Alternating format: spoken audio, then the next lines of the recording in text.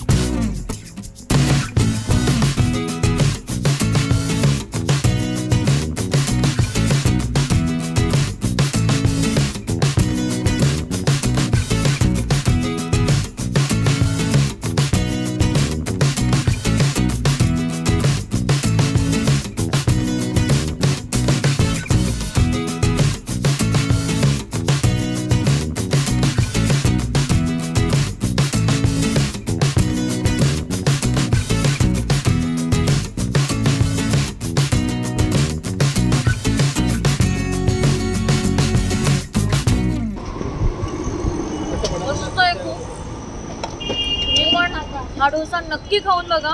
मुलुंड बेस्टला आहे मनोज डोसा. नक्की या आणि या स्ट्रीट फूडला भेट द्या.